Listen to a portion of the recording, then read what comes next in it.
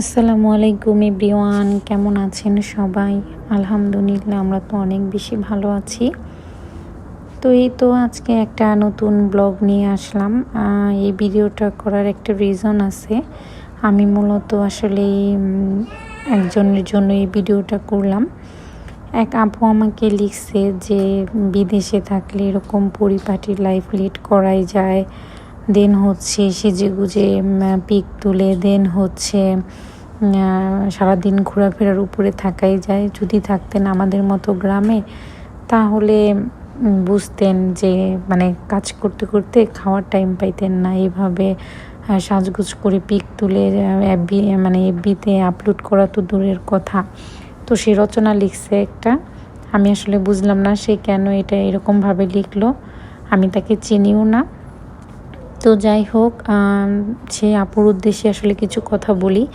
দেন হচ্ছে কাজগুলো আসলে তার জন্যই দেখানো। এখানে হচ্ছে যে আসলে সবারই সংসার আছে, আপনি কখনো আপনার সংসারের দায় এড়াতে পারবেন না।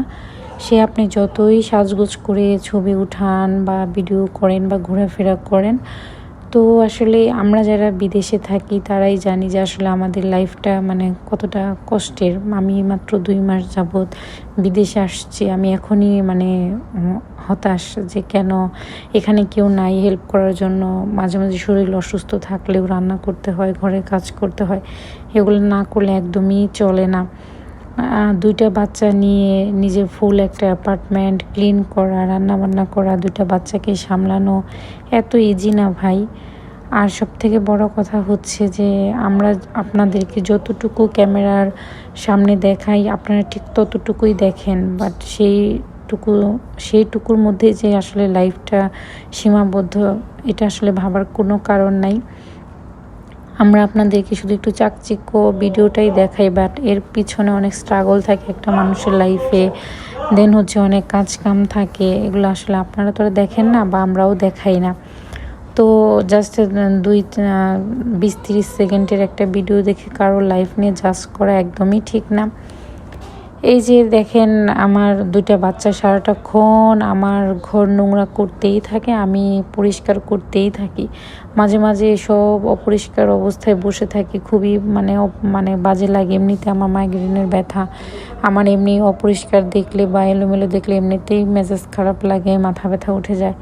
তারপরেও আমি বাচ্চাদের জন্য এখন অনেকটাই নিজের উপরে নিজেকে বোঝাই যে থাক, বাচ্চা আছে, এরকম এলোমেলো এরকম নোংরা থাকবেই। তারপরেও আমি করে যাই রান্নাবান্না করতেছি, মেয়েটাকে খাওয়াতে বসলে 1.5-2 ঘন্টা হাতে নিয়ে বসতে হয়। ছেলেটাকে ঠিকঠাকভাবে কেয়ার করতে হয়। দেন 3টা বেডরুম, 3টা ওয়াশরুম, এগুলোও ক্লিন করতে হয়।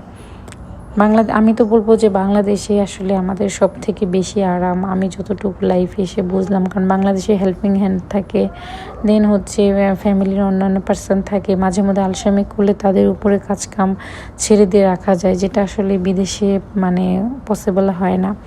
এই তো দেখেন, আমি আপনাদেরকে আজকে আমার নোংরা এলোমেলো ঘরটাও দেখাইলাম, দেন এই তো ক্লিন করাও দেখাই। তো যাই হোক, এই দেখেন আমার ডাইনিংটা নোংরা এলোমেলো হয়ে আছে।